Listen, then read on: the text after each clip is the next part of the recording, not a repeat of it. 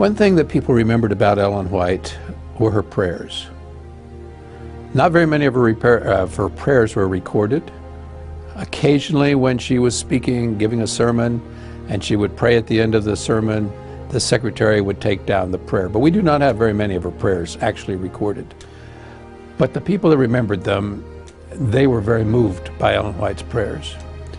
H.M.S. Richards Sr., the founder of The Voice of Prophecy, was a young man in 1909. He was a teenager in 1909 when Ellen White came to Boulder, Colorado. It was her last trip across the United States, and so she stopped at Boulder, and they were having a meeting there, and he would recall that it was in a building. He thought it had 8 sides and had an iron roof. I think it was the Chautauqua building actually, but he doesn't call it that. Anyway, she spoke, and he said that when she spoke, of course this was without any microphone, so she's having to project her voice.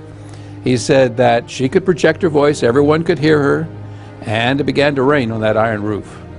And you can imagine all the noise when the rain is coming down. He said she went into a real preaching voice and she just talked right above the rain. But when she got through, of course, she was quite tired, and her son stepped up to where his mother was still speaking and said, you know, I think maybe you've got a long trip yet. Maybe we should stop now. And she said, no, I want to pray for the people first. Now, Harold was 14 or 15 at the time, Harold Richards. He said he was seated on the front row. He'd come early, wanted to make certain he could hear Ellen White, be close to Ellen White. His father had met Ellen White, and he wanted to listen to her very well, intently. And he said when she knelt down by the pulpit to begin to pray, it wasn't our Father, it was my Father. And he said she began to talk as if she were having a conversation with God.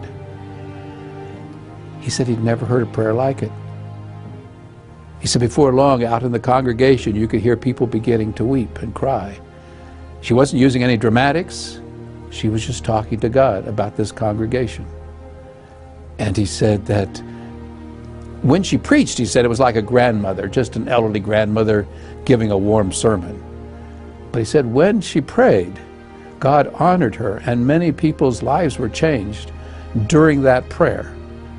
He said he'd never, in fact, he recalled that as she was praying, he said, I was afraid to open my eyes. He said, I was certain that if I opened my eyes, I would see God right there next to her. It was that intimate as she poured out her heart on behalf of that congregation. He said as long as he lived, he would never forget that prayer that he heard as a teenager there in Boulder, Colorado.